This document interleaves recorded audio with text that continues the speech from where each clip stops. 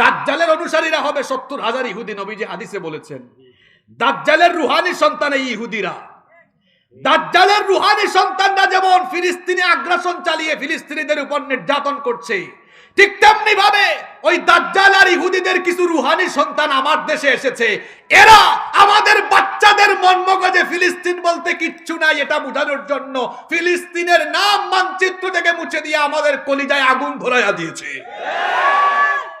মুফতি হারুন ইজহার হাফিজাহুল্লাহ একজন কওমি ঘরানার আলেম, তিনি অসঙ্গতিগুলো দেখেও শিক্ষা মন্ত্রণালয়ে গিয়েছেন। আমি কোনো আলিয়ার আলেমদেরকে প্রতিনিধিদেরকে যেতে দেখি না এখনো। যদিও আমাদের সিলেটের এক হুজুর বলেন আমি বিবর্তনবাদ তত্ত্ব পাল্টাইয়া দিয়েছি, তিনি এখন এমপিও হয়েছেন। ওই হুজুরকে আমি আবার বলি মাঝে মাঝে, তো ঠিক আছে, ভালো ভালো কথা, আপনি এখন বাকি যে অসঙ্গতিগুলো আছে এগুলোও দূর করার জন্য কাজ করুন। এগুলোর জন্য আমরা রেশারেশি করে ঠেলাঠেলি করে লাভ নাই। আমরা শিক্ষা নিয়ে কোনো রাজনীতি চাই না। কেউ কোনো রাজনীতি চাই? আমরা আওয়ামী লীগ, বিএনপি, জাতীয় পার্টি, জামাত, হেফাজত, চরমোনাই, কৌমি, আলিয়া, কেউ আমরা শিক্ষা নিয়ে রাজনীতি চাই না। আমরা চাই আমাদের সন্তানরা সভ্য, ভদ্র এবং চরিত্রবান হোক। আল্লাহ বুঝার তৌফিক দান করুন। কষ্ট পেয়েছেন নাকি আমার কথা? নাম্বার 9 নাম্বার রহমানের বান্দাদের 9 নাম্বার গুণ হলো রহমানের বান্দারা মিথ্যার সাক্ষ্য দেয় না।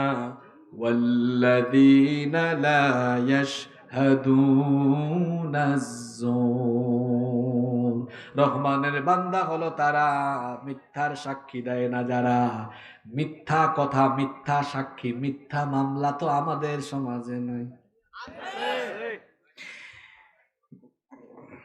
কথা তো বেশি বলতেও পারি না, কারণ দুর্যোগপূর্ণ আবহাওয়া, চতুর্দিকে কিরামান কাতিবিন। এখন কাম করে একজন, মামলা খায় আরেকজন, অপরাধ করে একজন, ফেসে যায় আরেকজন।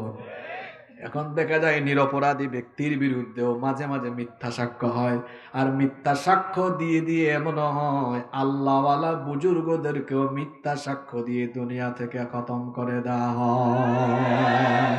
আল্লাহ বলছেন ওয়াল্লাযীনা লা ইয়াশহাদুনাজ যুর, রহমানের বান্দা হলো তারা মিথ্যা সাক্ষ্য দেয় না যারা। 10 নাম্বার রহমানের বান্দাদের 10 নাম্বার গুণাবলী হলো রহমানের বান্দারা অনর্থক কোনো কথা বলে না, অহেতুক কাজে মনোযোগী হয় না।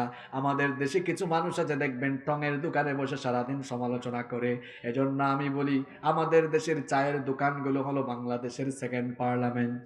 ওখানে দোকানদার হলো স্পিকারের ভূমিকায় আর চা খুরেরা হলো সাংসদের ভূমিকায়। আজে বাজে কাজ এগুলো রহমানের বান্দার স্বভাব নয়। আড্ডাবাজি করে না, অযথাই সে আড্ডা দেয় না, চায়ের স্টলে বসে আলোচনা সমালোচনা করে না, বরং এই ধরনের বাজে কর্মকাণ্ড, বাজে মজলিসকে সে উপেক্ষা করে সে এগুলোকে অ্যাভয়েড করে চলে। আল্লাহ বলছেন ওয়া ইদা মাররু বিল লাগবি মাররু কিরামা, আজে বাজে কোনো মজলিস, কোনো কিছু হচ্ছে, যাবে পার্সোনালিটি, ব্যক্তিত্ব রক্ষা করে চলে যাবে, ওদিকে মনোযোগী হবে না। সুবহানাল্লাহ। নাম্বার 11 নাম্বার রহমানের বান্দাদের স্বভাব হলো এরা কোরআন থেকে আলোচনা শুনলে আবু জেহেলের মতো খাসলত লালন করে না। কিছু মানুষ আছে কোরআন শুনলে দেখা যায় হেদায়েতের দিকে আসে না, আরো দেখা যায় উল্টা বুঝে। কিছু কিছু মাহফিলে যখন হুজুররা মানুষদেরকে কোরআন থেকে তাফসীর করে সত্য কথা বুঝান, আবু জেহেলীয় স্বভাবের লোকেরা পরের দিন কমিটির ছেলেদেরকে ধরে কোথার থেকে এই হুজুর আনছত। এই যে কোরআন শোনার পরে হেদায়েতে না এসে বাঁকা পথে চলে যাওয়া, এটা হলো আবু জেহেলীয় স্বভাব। আবার কোরআন শোনার পরে তওবা করে ভালো পথে ফিরে আসা, এটা হলো রহমানের বান্দার স্বভাব।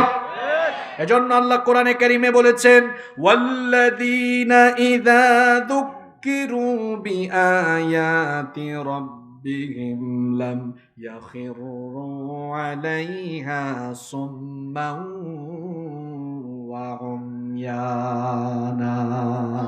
রহমানের বান্দা হলো তারা আল্লাহর এই আয়াত দিয়ে যখন তাদেরকে উপদেশ দেওয়া হয়, আল্লাহর কিতাবের উপদেশ দেওয়া হলে অন্ধ আর বধিরের মতো ভাব ধরে না যারা, অর্থাৎ হেদায়াতের জন্য কোরআন শুনে, হেদায়াতের উদ্দেশ্যে আল্লাহর কালাম শুনে আল্লাহ তাআলা এই জাতের মুমিন আমাদেরকে বানিয়ে দেন, বলেন আমিন।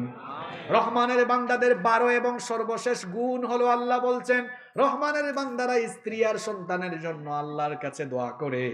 ওয়াল্লাযীনা ইয়াকুলুনা, পড়েন আমার সাথে, রব্বানা রব্বানা হাব লানা মিন আজওয়াজিনা ওয়া যুররিয়াতিনা কুররাতা আ'য়ুনিন ওয়াজআলনা লিল মুত্তাকিনা ইমামা। আপনি বাড়িতে গিয়ে দেখলেন আপনার বউ নামাজের মুসল্লায়, আপনি দেখলেন আপনার বউ ঘর থেকে বের হওয়ার সময় পর্দা করে বের হয়, দেখলেন ফজরের সময় কোরআন তেলাওয়াত করে, আপনার বাবা মায়ের সাথে ভালো আচরণ করে, এমন বউ দেখলে বলেন তো চক্ষুটা ঠান্ডা হবে কি হবে না? শীতল হবে কি হবে না?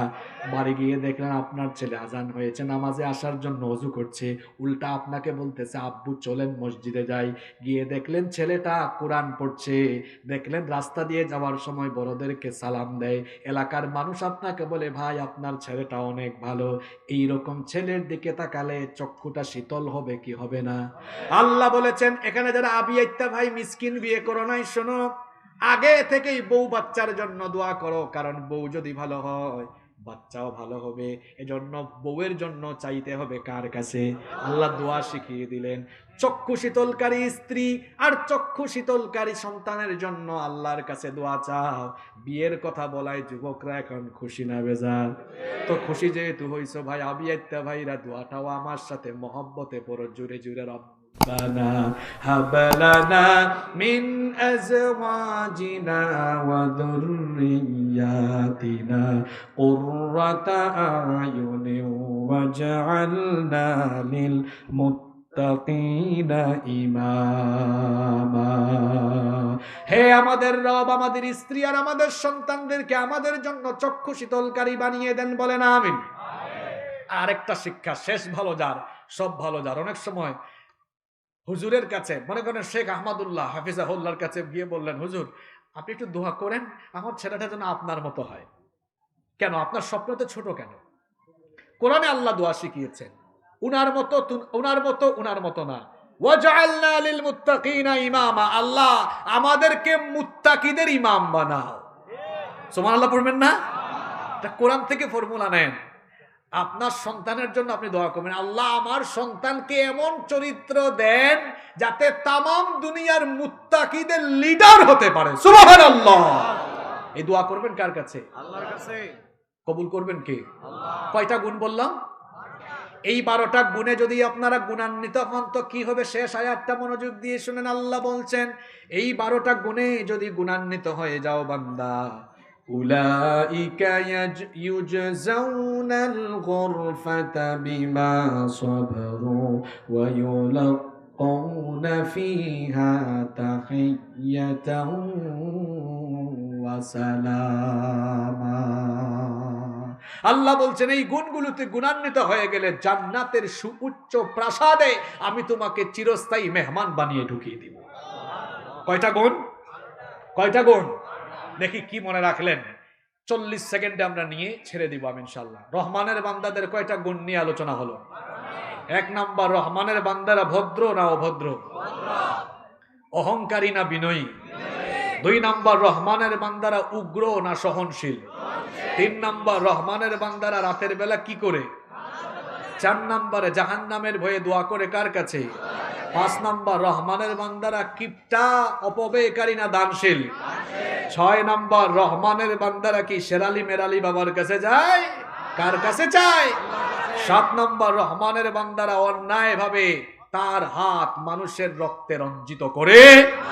8 নাম্বার, রহমানের বান্দারা জিনা ব্যভিচারের ধারে কাছেও যায় না? 9 নাম্বার, রহমানের বান্দারা মিথ্যা সাক্ষী দেয়?